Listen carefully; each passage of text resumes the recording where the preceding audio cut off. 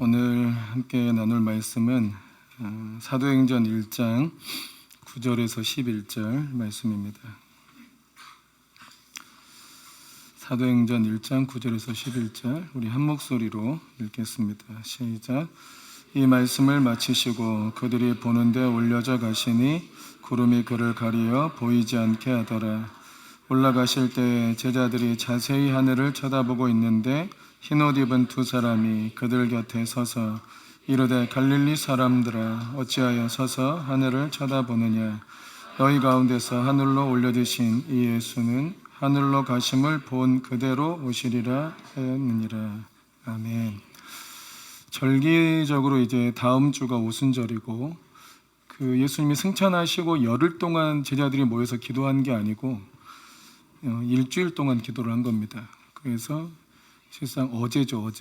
어제가 이제 승천일입니다. 어제가. 그래서 오늘 주님의 승천에 대해서 말씀을 좀 나누려고 하는데 사진을 하나 보여줘 보실래요? 그림을. 여기가 이제 어디냐면 이스라엘 그 황금돔 있잖아요. 그 황금돔 맞은편, 동쪽으로 맞은편, 거기가 이제 감람산인데 그 감람산에 여러 가지 예수님의 이제 흔적들이 있어요. 거기가 이제 겟세마네 동산도 거기에 있고 또 성전을 바라보시면서 세상 마지막 끝에 대한 징조를 하신 곳도 거기가 있고, 그리고 이곳이 어디냐면 승천하신 곳도 감람산입니다.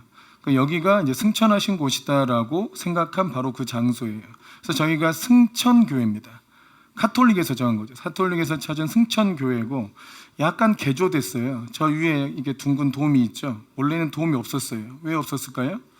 승천할 때 머리 부딪히니까 위에 돔을 만들어 두지 않았다가 이게 뒤에 개조가 돼서 이제 다 똑같이 교회 같이 하자 이렇게 해가지고 성당 같이 이렇게 만들어 놓은 건데, 저희 가면 이제 저 문이 하나 있잖아요. 그 문에 사람들이 다 이렇게 줄 서 있어요. 줄 서서 이제 뭐 사람 옷 그냥 들어가 있지만 딱 줄 서서 거기를 들어가면 저희가 무슨 교회라 그래가지고 이런 예배당이나 이런 강단이 있는 게 아니고 그냥 뭐 대부분 이스라엘 가면 다 돌입니다. 돌. 거기 들어가면 요게 있어요. 봐보세요. 화장실이 아닙니다, 여러분. 화장실로 오해하기 딱 좋은데 우리 한국 사람들은 저기 이렇게 네모난 그 안에 있는 돌 있죠, 돌. 저 돌을 기념하는 교회가 이 교회예요. 저 돌이 뭐냐? 예수님이 승천하실 때 남겨놓으신 발자국이다 라고 생각해서 굉장히 어이가 없죠. 카톨릭이 이런 어이없는 짓을 많이 해요. 성지순례 가면 전부 이 어이없는 짓으로 다 해놨어요. 저희가 이제 저 발자국이 남아져 있다 해가지고 이제 저기를 기념한 거예요. 저기를. 저희 잘 보면 어떻게 생겼냐면 그냥 맨 돌이 아니고 약간 발자국 모양으로 패여 있어요. 그래서 예수님이 승천하실 때 도둑닦이 하면서 남겨놓으신 발자국일 것이다 생각해가지고 저기를 이렇게 승천교회라고 해놓은 거예요. 여러분 잘 아는, 뭐 들어보셨겠지만 비아돌로사라고 들어보셨죠? 예수님의 고난의 길을 했다는, 거기도 얼마나 엉터리인지 몰라요. 거기 왜 비아돌로사라고 했냐? 예수님이 왜 거기가 십자가 지고 가신 길이냐? 그 옆에 이제 건물들 있잖아요. 벽에 보면 손가락 패인 것처럼 약간 구멍이 나 있는 벽들이 몇 개 있어요. 거기 예수님이 십자가 지시면서 힘들어서 짚으실 때 거기가 터졌을 것이다. 그래서 예수님이 십자가 지면서 지나간 길이다, 그 길이 해가지고 거기가 예수님이 십자가 지나간 길이다 이렇게 해서 거기를 비아돌로사라 하는데 영 쓸데없는 짓입니다. 그건 이제 말이 안 되고, 왜냐하면 본문 말씀에 보면 9절 말씀에 봐보세요. 9절에 이 말씀을 마치시고 그들이 보는데 올려져 가시니 이렇게 돼 있죠. 올려져 가셨다 이렇게 돼 있잖아요. 여기 이게 수동태로 돼 있어요. 그러니까 그 취하여 지셨다. 그러니까 주님이 이렇게 우리가 이게 승천하면 이렇게 슈퍼맨처럼 이렇게 도둑답게 막 이렇게 날아간 줄 알지만 전혀 그런 게 아니고 올려져 가셨다는 거예요. 자, 이때 퀴즈 하나 내면 성경에서 승천한 인물이 총 몇 명입니까? 가희 대답해봐. 가희가 대답하면 아빠가 2만 원 줄게. 맞춰야 주는 거야. 순서대로 맞춰야 돼. 에녹, 엘리야, 예수님. 정답. 2만 원. 엄마가 줄 거야.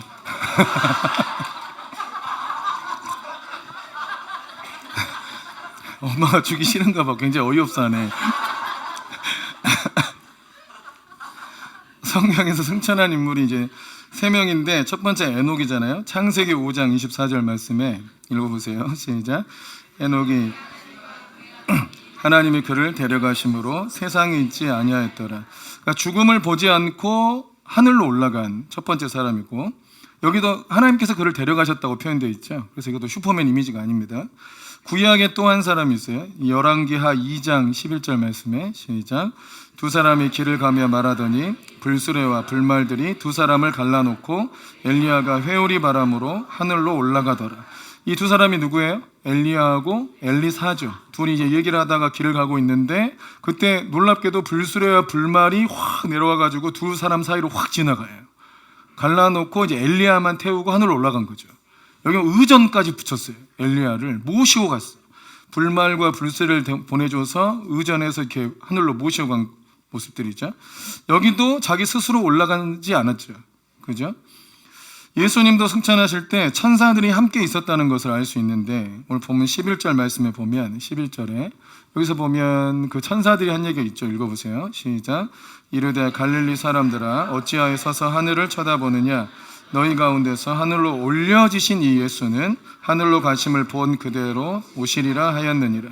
자, 하늘로 올려지신 이 예수는, 천사들이 와서 얘기했고 천사들이 모시고 갔는지 어쩐지 모르지만 주님도 발돋움에서 올라간 게 아니고 올려지셨다. 그리고 천사들이 한 얘기 중에 하늘로 가심을 본 그대로 오실 것이다 라고 말씀하셨죠. 그러면 하늘에 가신 것은 완전히 가신 거예요? 다시 오시기 위해 가신 거예요? 다시 오시기 위해 가신 거예요. 그럼 완전히 가서 빠빠이 한 게 아니에요. 다시 오실 거예요. 그러면 하늘로 가심을 본 그대로 오신다 했을 때 하늘로 올라가셨다, 이 모습 그대로 주님이 다시 오신다, 이게 어떤 의미일까? 일단 여러분 생각해 보면 우리가 사람이 승천하면, 하늘로 올라가면 어떻게 됩니까? 여러분 지구의 대기권을 아십니까? 대기권은 첫 번째, 요즘 옛날 학교에서 배웠던 거 기억해 보세요. 땅을 올라가서 대기권, 그 다음 처음이 대륙권이라고 그래요. 대륙권. 대륙권에서 그 다음 층이 생각나세요? 성층권. 그 다음 권은 아세요? 그 다음 권이 뭔지 아세요? 이걸 중간권이라 불러요. 그 다음 맨 우주와 접해 있는 곳이 열권이에요. 대륙권은 올라갈수록 온도가 낮아져요. 올라갈수록 추워집니다. 어디까지 낮아지냐? 마이너스 60도까지 낮아집니다. 굉장히 추워요, 올라가면. 그다음에 대륙권에서 또 올라 성층권에 올라가면, 성층권은 올라가면서 온도가 0도까지 올라가요. 그러니까 대기가 이렇게 더우면 위로 올라가잖아요. 그러니까 성층권이 되게 안정적인 거죠. 아래가 낮고 위가 높으니까. 그 중간에 오존층이 있어요. 오존층이 따뜻해가지고 이렇게 올라갈수록 온도가 높아가고, 이제 중간권도 온도가 올라갈수록 낮아져요. 오존층으로부터 멀어지니까. 중간권이 어디까지 낮아지냐? 마이너스 100도까지 낮아져요. 그리고 열권으로 가면 이제 태양이랑 가까워지잖아요. 그럼 열권은 갈수록 굉장히 뜨거워져요. 그래서 여러분 이렇게 로켓 같은 거 쏘면 위로 올라가다 막 불 붙잖아요. 또 지구로 뭐가 떨어질 때 막 불 붙죠. 여러분 열권에 부딪혀서 굉장히 뜨겁기 때문인데, 그 열권이 1000도까지 올라갑니다. 그래서 여러분 우리가 물리적으로 이게 그냥 그대로 올라간다 생각하면 살 수 없어요. 여러분 우리가 육안으로 볼 수 있는 높이가 어디까지냐? 여러분 별똥별 보셨어요? 하늘에서 뭐 떨어지는 거? 여러분 그게 중간권에서 일어난 일이에요. 그러니까 대륙권, 성층권, 중간권에서 별똥별들이 떨어지는 게 보이는데, 그게 우리가 그때 보이는 거예요. 여러분 인공위성 보셨어요? 맨 하늘에서 인공위성이 날아다니는 거 보셨어요? 여러분 이렇게 위에서 쭉 돌아다니는 거 있죠? 뭔가 이렇게 빛 같은 게 움직이는 거. 여러분 이건 별이 아닙니다. 아시죠? 아, 별이 움직인다 이러면 무식하다는 얘기 들어요. 별이 아니에요. 인공위성이에요. 그것들 볼 때 별은 그렇게 빨리 움직일 수 없어요. 네, 그러니까 그 인공위성이 떠 있는 곳이 실상은 열권 쪽이에요. 그러니까 실상 우리 육안으로 거의 대기 전체를 볼 수 있을 정도로 놀라운 하늘이야. 깨끗한 하늘이 사실. 그러니까 이걸 물리적으로 생각하면 주님께서 이런 대기권을 올라가셨다? 이해가 돼요? 안 돼요. 죽는 거예요. 그러니까 주님 올라가심을 본 그대로 다시 오실 것이다 했을 때는 이게 물리적인 현상을 갖고 올라간다는 얘기가 아니에요. 그죠? 근데 여러분 우리가 물리학이라 생각했을 때 뉴턴의 법칙 아시죠? 뉴턴의 법칙. 뉴턴 뭐 중력하고 일반 물리 법칙이 다 뉴턴의 법칙 안에 속하는데, 뉴턴의 법칙을 깬 사람이 있어요. 누굴까요? 그 유명한 아인슈타인이에요. 아인슈타인의 특수상대성 이론이 실상은 중력이 잡아당기는 건 줄 알았더니 그게 아니라 공간이 틀어진다, 이런 개념으로 해서 뉴턴의 법칙에 플러스를 시켰죠. 그러니까 특수상대성 이론이 들어오니까 뉴턴의 법칙이 약간 깨지기도 했지만 더 확장된 개념의 과학이, 거기서도 깨진 게 있어요. 이 아인슈타인도 끝까지 이해하지 못했던 과학이 요즘 얘기하는 양자역학이에요. 아주 미세 세계에서는 실상 그 입자가 아니고 파동처럼 역사를 해서 그 한 곳으로 갔는데 여러 곳에 나타날 수 있다, 막 이런 거 있죠. 이런 이 상온인 시대에서 이곳에서는 안 되지만, 그러니까 뭔가 과학이라고 하는 거, 우리가 뉴턴의 물리학 법칙에서는 실상 이해가 안 되는 일인데, 실상 더 인류가 지식이 늘어나니까 뉴턴의 법칙이 다 옳은 게 아니구나, 상대성 이론이라는 게 있구나, 이것이 또 다 옳은 게 아니구나, 미시 세계에서는 또 그게 아니구나, 또 미시 세계도 아니지만 굉장히 극도로 온도가 낮아지면 또 일어난 일도 있는 겁니다. 그러니까 뭔가 우리가 다 알지 못하는 어떤 세계가 있는 거예요. 그러면 이들이 승천을 했다, 에녹이 그대로 하늘로 올라가서 대륙권 뚫고 성층권 이렇게 올라갔다? 그렇게 볼 수가 없죠. 엘리야도 그렇게 올라갔다고 볼 수가 없죠. 예수님도 그렇게 올라간 게 아닌 거예요. 그래서 우주 어딘가에, 우리 눈으로 보이는 우주 어딘가에 천국이 있다, 이런 개념이 아닌 거라고요. 그래서 그럼 또 하나 질문을 하면, 예수님은 이제 죽고 부활하셔서 부활체를 입었어요. 구원의 완성, 몸의 죄성이 사라지고 완전히 이렇게 구속받은 몸을 입었는데, 그 전에 에녹이나 엘리야는 어떤 몸을 입고 간 걸까요? 죽음을 보지 않았는데. 한 가지 예를 들면, 우리가 예수님이 다시 오시기 전에 죽으면, 우리가 죽으면, 믿는 자들이 죽으면 어디로 갑니까? 천국으로 가는 줄 알지만 천국이 아니고 낙원으로 갑니다. 천국은 나중에 주님께서 이제 오셔서 만드시는 거고, 낙원으로 가고, 또 안 믿고 죽으면 어디로 갑니까? 지옥이 아니고 음부로 갑니다. 지옥도 나중에 주님이 다 오셔서 만드는 형태가 되는 거고요. 거기서 대기하고 있는 거예요. 거기 대기하고 있는 영들은 다 영만 있어요. 몸이 없고. 그래서 예수님을 믿고 죽은 사람들은 다 영으로 존재하는 거예요. 몸은 이 땅에 있는 거잖아요. 그런데 에녹과 엘리야는 죽음을 보지 않고 올라갔잖아요. 몸을 가지고 올라갔잖아요. 그들의 몸은 어떤 몸일까요? 부활체일까요? 부활체는 예수님이 첫 열매잖아요. 그러니까 그들이 부활체를 입었다고 보기는 어렵잖아요. 근데 이 구약에서 이 두 사람의 승천은 굉장히 특별한 케이스라고 봐야 돼요. 부활체를 입은 건 아니지만 영만 있는 것도 아닌 뭔가 어떤 특별한 형태의 어떤 몸을 입고 그 상태로 올려져 있는 건데, 제가 생각할 때는 어떤 상태일까라고 생각했을 때, 변화산에서 예수님께서 몸이 변화되셨죠. 그때 모세하고 누가 내려와요? 엘리야가 내려와요. 모세와 엘리야와 예수님도 같은 형태의 몸으로 변형이 되셨다고 되어 있는데, 그 형태의 변형이 아니었겠나 하는 생각이 들어요. 그런데 왜 그 두 사람한테는 특별히 그런 변형된 몸의 형태를 주셨을까? 잘 보세요. 몸의 구속이 일어나서 부활체를 입는 게 구원의 완성이죠. 큰 상급이에요. 그러면 구약시대에 부활체는 아니지만 일반 사람들은 얻지 못하는 몸의 특별한 변형을 얻었다면, 이거는 상급입니까? 저주입니까? 이건 상급이에요. 상급. 특별히 승천을 한 것도 굉장히 큰 상급에 속해요. 그러면 에녹은 상급을 받을 만해요, 안 해요? 에녹 하나님과 동행했잖아요. 300년을 하나님과 동행하고 죽음을 보지 않고 하늘로 올라갔잖아요. 그러니까 하나님께서 굉장히 이 땅에서 잘 살았다고 인정해주고, 그 인정에 대한 상급으로 승천을 했는데, 승천 자체가 몸의 구원의 온전함에 이르기 직전 어떤 상태의 상급을 얻은 거라 이거죠. 아멘이십니까? 그럼 엘리야는요? 엘리야는 상급을 받은 거예요? 사역에 실패해서 내팽개쳐진 거예요? 보통 여러분, 엘리야가 갈멜산에서 850대1로 싸워가지고 이세벨이 열받아가지고 너 죽인다 그러니까 침체했잖아요. 침체하니까 이 침체한 것 때문에 엘리야가 사역을 뺏겼구나, 실패했구나, 이렇게 해석하는 사람도 있어요. 근데 그 해석을 완전히 짓누를 수 있는 게 엘리야는 승천했다는 거예요. 그것도 의전까지 동원해가지고. 그러니까 엘리야가 잘한 거예요, 못한 거예요?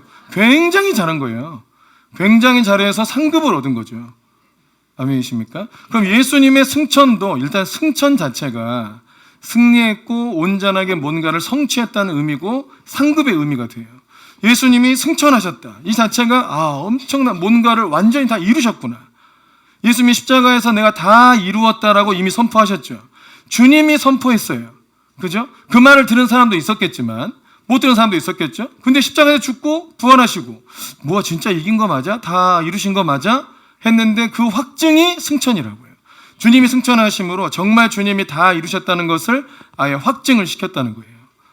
아멘이십니까?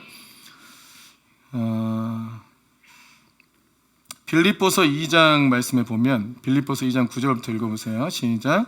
이러므로 하나님이 그를 지극히 높여 모든 이름 위에 뛰어난 이름을 주사 하늘에 있는 자들과 땅에 있는 자들과 땅 아래에 있는 자들로 모든 무릎을 예수의 이름에 꿇게 하시고 모든 입으로 예수 그리스도를 주라 시인하여 하나님 아버지께 영광을 돌리게 하셨느니라.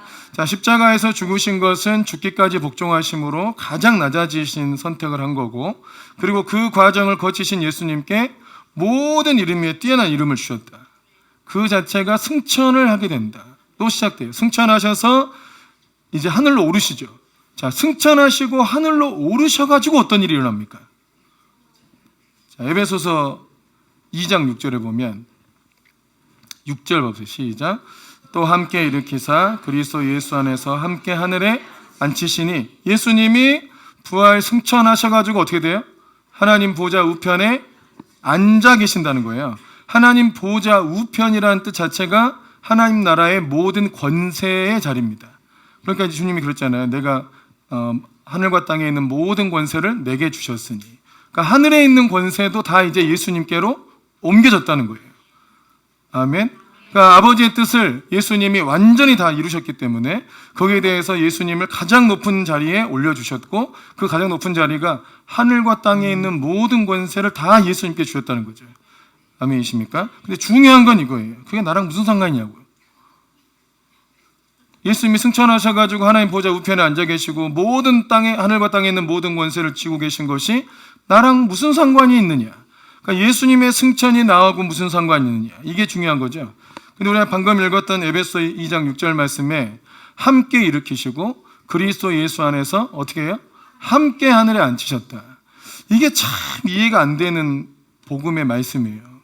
나는 예수님이 죽으시고 예수님이 부활하시고 예수님이 승천하셨지, 내가 언제 죽고 내가 언제 부활하고 내가 언제 하늘에 올랐습니까?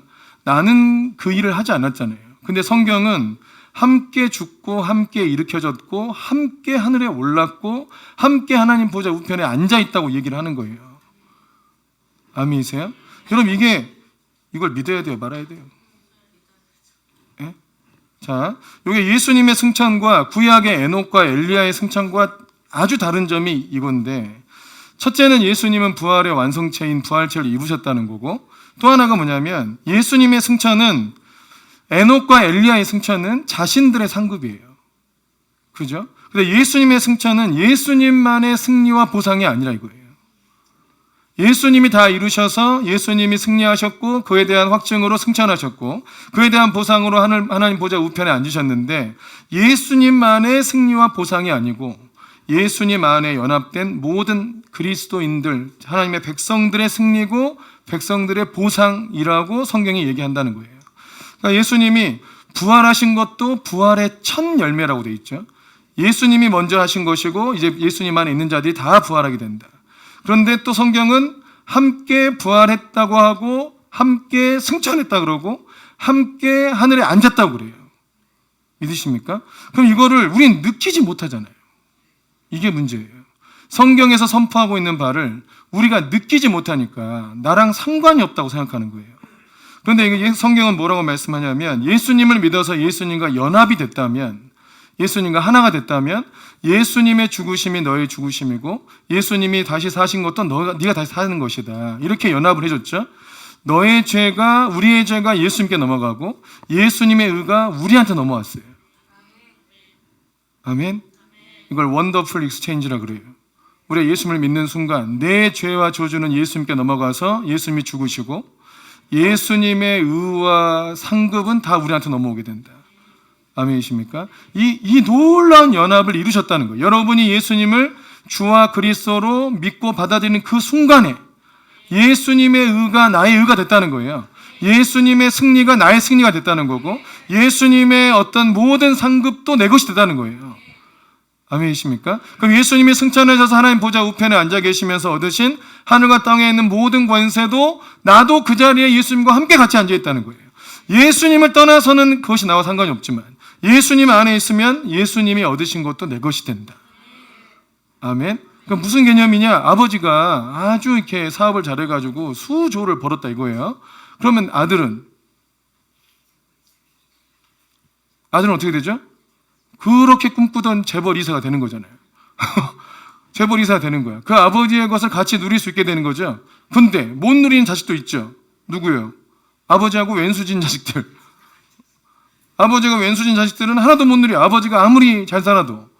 그러니까 우리가 예수님과 원수되어 있으면은 하나님의 것을 하나도 못 누리지만 하나님과 연합되어 있으면 예수님이 이루신 모든 걸 다 누릴 수 있다. 여러분 여기에 뭐가 있냐면 우리의 영적 신분과 권세가 있어요. 자, 우리가 하나님 보좌 우편에 앉아 있는 자의 권위와 신분을 가지고 있어요. 이걸 믿으십니까? 안 믿는 표정들이에요, 다. 그게 나랑 무슨 상관이야 하는 표정들이에요. 그래서 오늘의 설교의 목적은 이게 실제로 여러분에게 다가오게 하는 게 제 목적인데 될지 안 될지 모르겠어요, 이거를. 자, 봐보세요. 우리의 영적 신분과 권세가, 여러분은 권세가 있어요, 없어요? 솔직히 얘기해보세요. 느끼는 대로 얘기해보세요. 있어요, 없어요? 아무것도 없는 것 같잖아. 있긴 뭐가 있어요, 여러분? 예? 여러분 말한 대로 뭐가 돼요? 여러분 실제로 피부로 느낄 때 여러분 말한다고 얘들이 말을 들어요, 안 들어요? 안 듣죠? 여러분 말한다고 뭐 돈이 어서 굴러옵니까? 안 굴러오잖아요. 여러분 말한다고 뭐가 부터 막 살아나나? 안 그러잖아요. 근데 권세가 하나도 없는 것 같아. 그래요, 안 그래요? 실제로 우리는 권세를 누리는가 잘 못 누리고 사는 것 같단 말이에요. 그러니까 우리의 신분, 여러분의 신분이 거의 하나님 나라의 거의 로얄 패밀리인데, 아니 내가 로얄 패밀리면 나를 왜 이따구로 다 가만히 두시나 이런 생각은 들어요, 안 들어요? 들잖아요. 그러니까 우리는 하나님 나라에서 영적 신분과 권세가 굉장히 높고 탁월하다고 성경은 주장하지만 우리가 실제로 누리는 것은 그렇지 않다 이거예요. 그죠? 그러니까 이 말씀이 잘 안 믿어지는 거예요. 근데 이제 이 영적인 신분과 권세를 이해하려면 또 이 신분과 권세를 우리가 실제적으로 이해하려면 뭘 알아야 되냐면 영적인 신분과 권세는 지금 내가 이 땅에서 재물이 얼마나 있느냐와 상관이 없다는 거. 자, 재물이 얼마나 있냐가 상관없어요. 또 이 땅에서 어떤 사회적 직분을 갖고 있냐도 아무 상관이 없어요. 그러니까 영적으로 신분이 굉장히 높은 사람이 이 땅에서 굉장히 낮은 자로 살 수 있어요. 그분이 누구예요? 예수님이잖아요. 제일 하늘에서 높은 권세를 가진 분이 이 땅에서 가장 권세 없는 자처럼 십자가에서 못 박혀 죽었잖아요. 그럴 수 있는 거예요. 아멘이십니까? 그러니까 이 하나의 영적인 신분과 권세는 내가 이 땅에서 얼마를 가졌냐, 이 땅에서 어떤 직위를 가지고 있냐와 아무런 상관이 없다. 근데 우리가 이 영적인 신분과 권세를 얘기할 때 자꾸 내가 이 땅에서 내가 얼마 있냐, 이 땅에서 내가 얼마나 영향력을 미치고 있냐 이런 것들로 생각을 하다 보니까 그게 실제로 잘 다가오지 않는다는 것이 현실이라 이거죠. 그런데 상관이 없다는 걸 일단 알아야 돼요. 또 반대로 생각하면 영적으로 마귀의 종으로 존재하는 이들도 있죠. 그죠? 마귀의 종으로 존재하는 이들 중에 이 세상의 권세를 많이 갖고 있는 사람도 있잖아요. 마귀의 종인데 마귀의 종이면서 세상에서도 종인 사람도 있잖아요. 안타깝지만 그럴 수 있잖아요. 마귀의 종인데 세상에서는 주인같이 사는 사람도 있잖아요. 그죠? 막 전쟁 일으키고 막 아주 사람 막 몇백만 명 막 죽여버리고 완전 마귀 새끼들 아닙니까? 그런데 자기들은 세상 권세는 쥐고 있잖아요. 좋은 집에 살고. 이걸 이해해야 돼요. 그러니까 마귀 권세, 마귀의 종인 사람들이 이 땅에서 얼마를 갖냐, 어떤 신분을, 이것도 상관없어요. 아멘이십니까? 그러니까 영적인 신분과 권세가 이 세상에 속한 것이 아니다.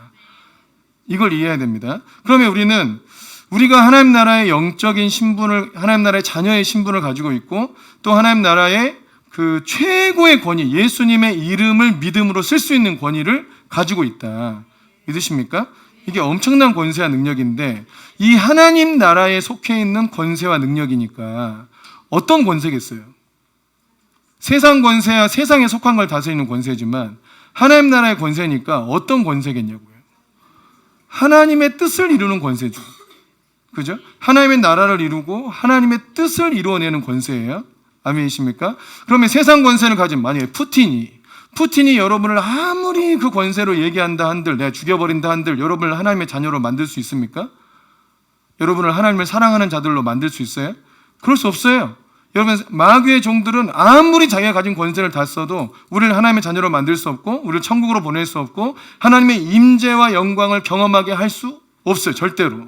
그러나 하나님의 자녀들이 누리는 권세는 그가 갖고 있는 하나님에 대한 지식과 말씀을 나눌 때 다른 사람들을 하나님 백성으로 변화시킬 수 있는 권세도 있고 지옥과의 백성을 천국으로 인도할 수도 있고 저주 아래 있던 자들을 하나님의 축복으로 옮겨날 수도 있고. 아멘이십니까? 여러분, 이 권세가 있는 거죠, 실제로. 그래서 여러분, 우리는 복음을 알고 복음을 전할 수 있고 우리가 복음을 믿음으로 전하면 실상 진짜 저주 아래 있던 자가 축복으로 옮겨지는 거죠. 아멘이십니까? 여러분, 이 권세가 그냥 아무나 다 갖는 권세입니까? 그렇지 않습니다. 하나님 믿는 사람들만 갖는 권세예요. 또 우리가 어둠의 영에 대해서 쫓아낼 때, 어둠의 영을 대적해서 싸울 때, 여러분, 그 어둠의 영들을 그 세상 권세를 가진 사람들이 어둠의 영과 싸워서 어떻게 이길 수 있어요?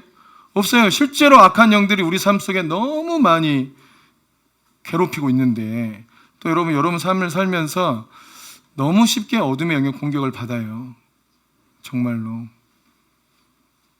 우리 집사님도 최근에 그랬잖아요. 우리 집사님이 최근에 갑자기 너무 감사가 넘치는 집사님이잖아요. 이종 집사님이 늘 감사가 넘치고 활기차고 이런 분인데 갑자기 전화가 왔어요.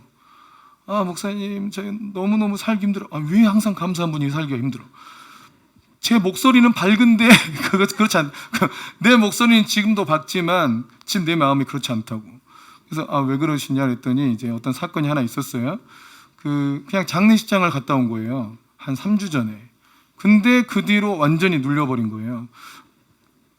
왜 눌린지 언제 눌린지도 모르는 채 눌려요. 그럼 이제 갑자기 막 나도 살기 싫고 막 죽겠다는 마음이 들어요. 그래서 어떻게 기도해줬어. 그냥 기도해주고 주여 임하소서, 주여. 막 기도 끝나고 나니까 그냥 괜찮을 때 이제 살 것 같다는 거예요. 내가 뭔 기도를 했는지 기억도 안 나, 난 솔직히. 그냥 늘 하던 대로 성령이여 임하소서, 주여 역사하소서 뭐 한 것뿐인데 특별히 막 예수 이름을 떠나라 이런 것도 안 했어. 그죠? 그런 것도 안 했는데 괜찮아지셨다는 거예요. 여러분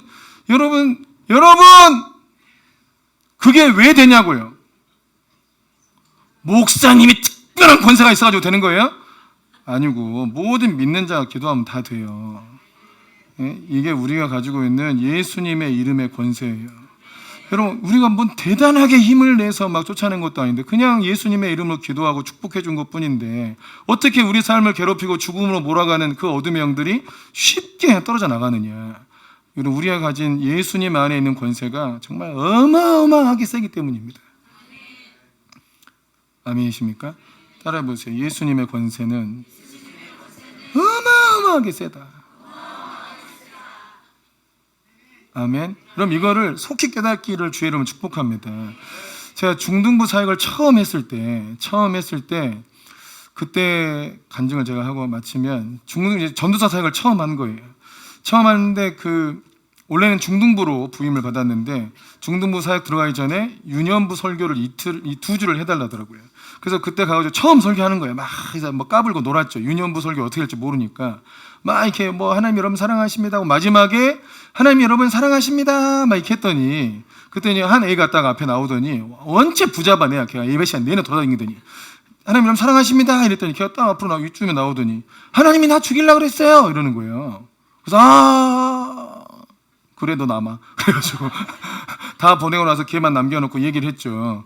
그게 무슨 소리냐. 왜 하나님이 너를 죽이려고 그러냐. 그랬더니 얘가 그 1번 국도 있잖아요. 1번 국도 앞에 딱 서가지고 서 있는데 그때 육교가 있었는데도 육교로 가지 않고 옆에 서 있는데 하나님이 자기한테 얘기했다는 거. 혼자 있는데 길을 그냥 무단횡단해서 건너가라고 하나님이 자기한테 얘기했다는 거예요. 그래서 자기는 하나님이 얘기했으니까 그 말씀에 순종해서 무단횡단하고 가고 있는데 중앙선쯤 왔을 때 덤프트럭이 자기 앞을 확 지나갔대요. 그래서 자기 죽을 뻔한 거잖아요. 그래서 자기가 그런 거예요. 하나님이 나를 죽이려고 그랬다고.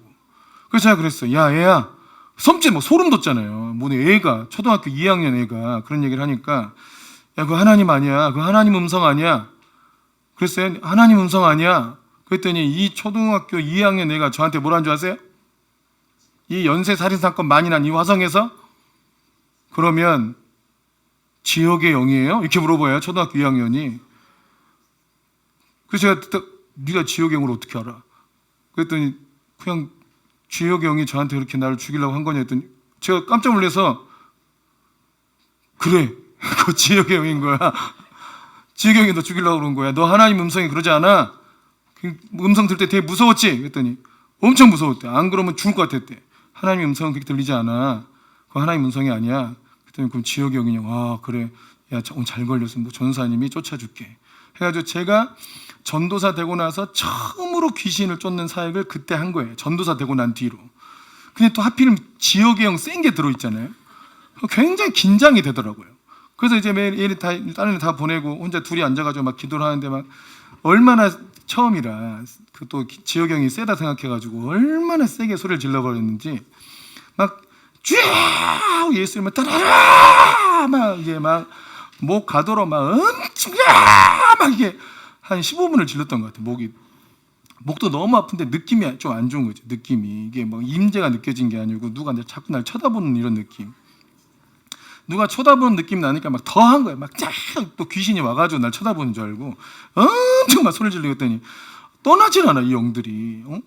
아니 이렇게 소리 지르고 예수님을 쫓는데 안 떠날 수도 있나? 막 싶어서 눈을 살포시 떴더니 그 나를 바라보고 있는 게 귀신이 아니고 걔더라고.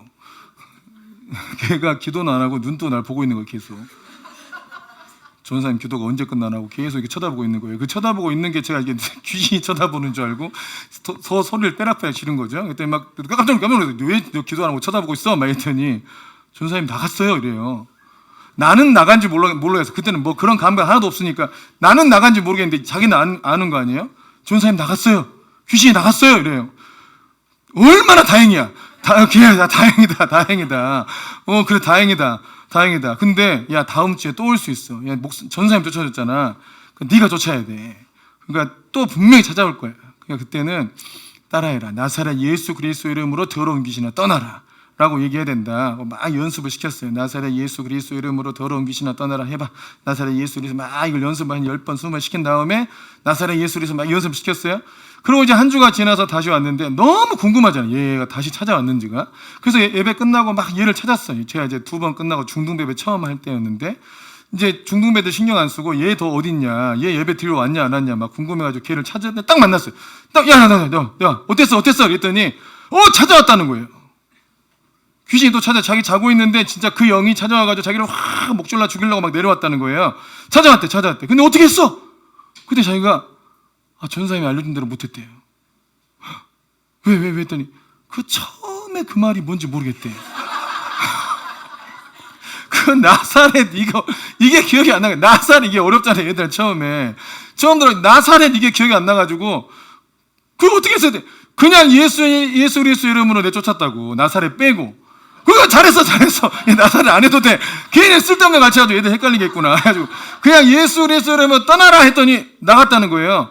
그전에는 오면 눌렸대. 자기 막 들어오고 막 난리도 아니야 자기 안에. 근데 예수님이면 나가라 그러니까 얘가 확 나갔다는 거야. 그리고 그 애가 한 말이에요. 예수의 이름이 짱이라고. 그가 그 어린 나이에 깨달았지. 예수의 이름이 짱이다. 지역의 영이잖아요. 지역의 영을 제가 원래는 이 와우리 교회에 갈 때 제가 하나님 앞에 기도했어요. 뭘 기도했냐면 화성에 연쇄 살인 사건이 너무 많으니까 이건 분명히 악한 영의 역사다. 악한 영이 사람한테 들려가지고 똑같은 방식으로 사람을 죽이는 것 같다. 내가 이 악한 영을 잡으러 가야겠다 이렇게 막 기도를 하고 있는데 주님이 글로 보낸 거예요. 그때 진짜 악한 영 득실득실거리는 그쪽으로 가가지고 가자마자 만난 게 지역의 영인 거예요. 근데 내가 이놈 잡으러 왔잖아요. 너무 궁금한 거야. 이놈이 내가 잡으려고 하는 그 놈이 맞는가 싶어가지고 걔를 그 다음 주에 다시 불러가지고 이리 와봐. 너 그 지역의 영이랑 얘기 많이 했지? 그랬더니 자기 많이 했대. 그럼 그 영의 이름도 알겠네? 그랬더니 얘가 굉장히 갑자기 막 사심한 막 떨고 막 무서워 막 어쩔 줄 몰라는 거예요. 왜 그래? 그랬더니 자기 그 이름 말할 수 없다는 거예요. 왜 그래? 그랬더니 자기 너무 무섭다는 거예요. 야, 전사님이 쫓아줬잖아. 예수님 이름 다 쫓아줬잖아. 걱정하지 마. 다 쫓아올 테니까 얘기 좀 해봐. 그랬더니 막 무서워서 말도 못하는데 그 이름조차 생각하도 싫다는 거예요. 그래도 계속 추궁해가지고 물어봤어요. 이름이 뭐냐? 영이 이름을 드러내야지. 정체를 드러내야 되니까. 너 이름만 얘기해. 내가 확실히 쫓아줄 테니까. 했더니 이름을 얘기해줘요. 이름이 뭐냐면 지옥으로 끌고 가는 마귀. 그러니까 불신자 죽이는 마귀예요. 그래서 여러분 그 동네에서 얼마나 많은 사람이 죽었는지 몰라요. 저 그 부교육자 3년 있는 동안도 한 3명이 뛰어내렸습니다. 교회를 다니고 있는 사람들이. 그래 뭐 한 명은 불나서 죽고 누구는 또 교회를 안 다니지만 후진하다가 자식을 치워 죽이고 그것 때문에 엄마가 미쳐서 뛰어내리고 아버지도 미쳐서 뛰어내버리고 온갖 별 희한한 잔인한 일들이 다 일어나요. 그 동네에서. 근데 사람들은 아파트 값 떨어질까 봐 아무도 얘기를 안 해요. 제 애들 중등배를 데리고 있으니까 중등배들한테 다 물어보면 애들이 별의별 얘기를 다 해주는 거예요. 제 친구들 얘기를. 근데 여러분 그 예수님의 이름이 그런 악한 영들에 시달리고 있는 사람들 이기지 못해요. 돈 있다고 어떻게 이깁니까? 예? 세상 권세 있다고 그걸 어떻게 이깁니까? 근데 오로지 예수님의 이름을 믿는 사람들만 그걸 해결해요. 아멘이십니까? 그 영을 쫓아내면 그 생각이 바뀌어요. 마음도 달라지고 집안도 달라지고 애들도 새로워집니다. 하나님의 생각과 하나님의 마음이 그 사람을 다스리게 하는 거죠. 그 하나님의 어떤 영적 에너지든 하나님의 임재든 하나님의 사랑이든 그것이 어느 장소와 사람에게 임하게 할 수 있는 권세는 예수님의 자녀, 하나님의 자녀들에게밖에 없다. 아멘이십니까? 그러니까 이 권세가 무슨 의미냐? 예수님이 하나님 보좌 우편에 아니셨잖아요. 그 예수님이 오셔서 어떤 일 하셨어요? 하나님 나라를 증거했죠. 하나님 나라를 보여주고 하나님 나라를 임하게 했잖아요. 예수님이 쓰는 권세도 그 권세잖아요. 아멘이십니까? 우리가 예수님과 같이 연합돼서 그 자리에 앉아있다는 것은 예수님이 하신 일을 우리도 할 수 있게 됐다는 의미인 거죠. 예수님이 그 권세로 사역하신 것처럼 우리도 같은 권세로 예수님의 일을 같이 할 수 있게 됐다. 아멘이십니까? 그래서 여러분 여러분의 영적 여러분의 정체성을 어디에 두느냐에 따라 완전히 달라요. 여러분이 세속적인데 여러분의 정체성을 두면 딱 그래요. 여러분은 얼마짜리입니까? 이렇게 돼요. 난 얼마짜리지? 연봉 120? 뭐 조교들 한 달에 10만 원씩 받으면서 연봉 120? 막 이러고. 당신 얼마짜리예요? 그게 우리의 가치입니까? 그게 여러분 우리의 정체성을 거기에 둬버리면, 거기에 매여 있으면 난 얼마짜리야, 난 얼마짜리야. 야, 내 인생 살면서 이거밖에 안 되나? 이런 생각할 수 있어요. 그러면 돈 많이 버는 사람들은 굉장히 가치 있는 사람입니까? 그런 게 또 뭡니까? 근데 우리의 영적인 정체성을 여러분이 영적인 진리에 둬야 돼요. 세상의 것과 상관없이 우리가 하나님의 자녀로 하나님의 주님과 연합된 자로서 예수님의 이름의 권세를 가진 자다. 하나님 나라의 자녀된 신분을 가지고 있다. 여러분 세상 누구도 할 수 없는 하나님 나라를 확장하고 하나님 자녀 만드는 일을 우리만 할 수 있다. 아멘이십니까? 저주를 끊어내고 축복된 자리로 이끄는 것도 우리만 할 수 있다. 아멘. 굉장히 중요하다니까요. 여러분 우리 필리핀의 그 꾸아얀 지역에 우리 선교사님 있잖아요. 그 지역에 하나님께서 선교사님을 보냈어요. 보내가지고 교회를 세우니까 여러분 그 지역이 새로워지고 있잖아요. 지금 그 지역이 막 새로워지잖아요. 선교사들이 들어간 지역마다 그 지역이 새로워져요. 예전에 제가 마닐라 선교할 때도 정말 그 빈민촌을 갔는데 물이 진짜 꾸정물이 흐르더라고요. 시커먼 물이. 그 물을 먹고 산대요. 이걸 어떻게 먹냐? 근데 걔들이 전부 광견병 걸려가지고 털 다 빠지고 난리도 아니에요. 눈 다 돌아가 있고 막 난리도 아니에요. 걔들이. 근데도 살아있는 게 신기하더라고요. 그럴 정도로 동네가 완전히 저주에 갇힌 곳이고 거기 신방 가보면 사람들이 전부 귀신 들리고 병 들고 집을 들어갈 수가 없어요. 뭐 이상한 냄새가 나. 그리고 가서 사람을 만나서 안수할 수가 없어요. 찌집에서 옮길까 봐. 그렇게 완전히 난리도 아닌 그런 동네가 있더라고요. 근데 그 동네가 거기 있던 선교사님한테 들어보니까 그전에는 더 난리도 아니었다는 거예요. 그 자신들이 와가지고 거기를 2년 동안 땅밟기를 했대요. 계속 돌면서 축복하고 더러운 귀신 쫓아내고 그 난리를 쳐가지고 2년 동안을 계속 도니까 그나마 거기가 교회가 세워지고 사람들이 정상처럼 살기 시작한 거예요. 그나마 좋아진 게 그 모습이래. 근데 그전에는 말도 아니었대 정말. 여러분 그 일을 할 수 있는 사람은 하나님의 자녀들밖에 없어요. 저주를 끊어내고 하나님 나라의 복을 이어받게 하는 것도 하나님 자녀밖에 없어요.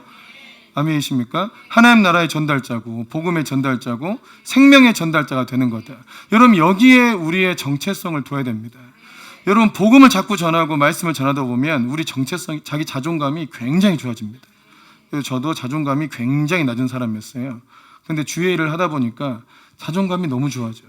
왜냐하면 내가 전한 복음으로 사람이 구원을 받아요. 그럼 뭐라 그래요? 재수없다 그래요? 다 고맙다 그러지. 나에게 복음 전해줘서 고맙다. 나 양육해줘서 너무 고맙다.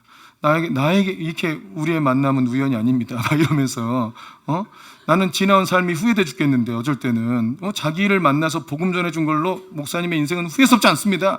자기가 다 결정해. 그냥 자기가 구원받았다고.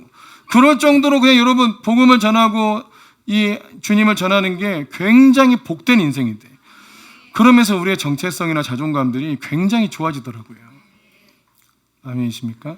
여러분, 우리를 다스리는 영적인 권세는 하나님 나라 권세고, 이 사랑과 능력으로 충만한 예수님의 이름이 우리 안에 있고, 아멘이십니까? 지금도 마찬가지였고 이제까지도 마찬가지였는데 앞으로도 훨씬 더 강한 하나님 나라의 권세가 우리를 다스릴 것이다. 믿으십니까? 이렇게 돼야 돼요. 그래서 우리가 이 예수님의 승천과 함께 기억해야 될 거는, 우리도 주님과 함께 승천해서 주님의 보좌 우편에 같이 앉아 있구나. 그래서 우리가 사용하는 권세는 하나님 권세구나. 여러분, 이 권세가 세상을 변화시킬 권세, 사람을 변화시킬 권세. 아멘이십니까? 이 권세로 여러분 살아야 됩니다. 아멘이시죠? 근데 이제 권세 얘기를 자꾸 하면 좀 무례해지는 사람들이 있더라고요. 권세가 있다 해가지고 막 사람한테 반말하기 시작하고, 내 권세가 네 권세보다 세다 막 이러고 자꾸 이러고. 바보가 아닌가 싶어. 어쩔 때 그거 보면 그런 개념이 아닌 거 아시죠? 이거 설명해야 됩니까? 아니죠. 자기한테 쓰세요. 자기 안에 있는 이 무례함을 다스리세요.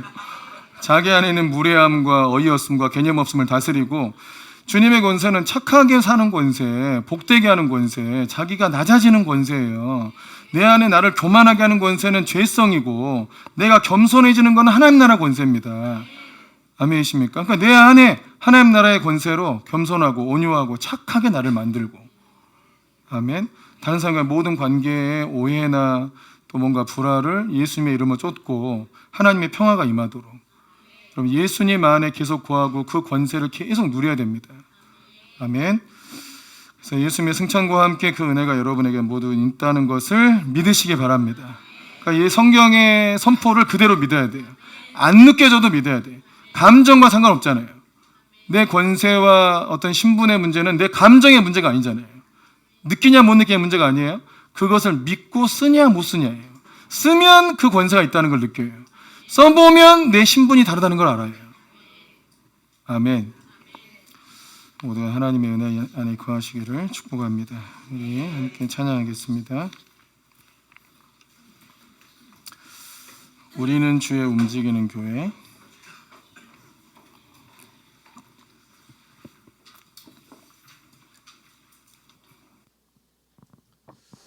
우리는 주의 움직이는 교회. 가사가 참 예술이에요. 교회는 예수님을 믿는 사람들의 모임이죠. 예수님이 내 안에 계시고 우리가 하나님의 성전이고 주님이 내 안에 계시고 예수님의 권세와 능력이 우리 안에 머물러 있다. 그리고 우리가 하나님의 처소가 된다.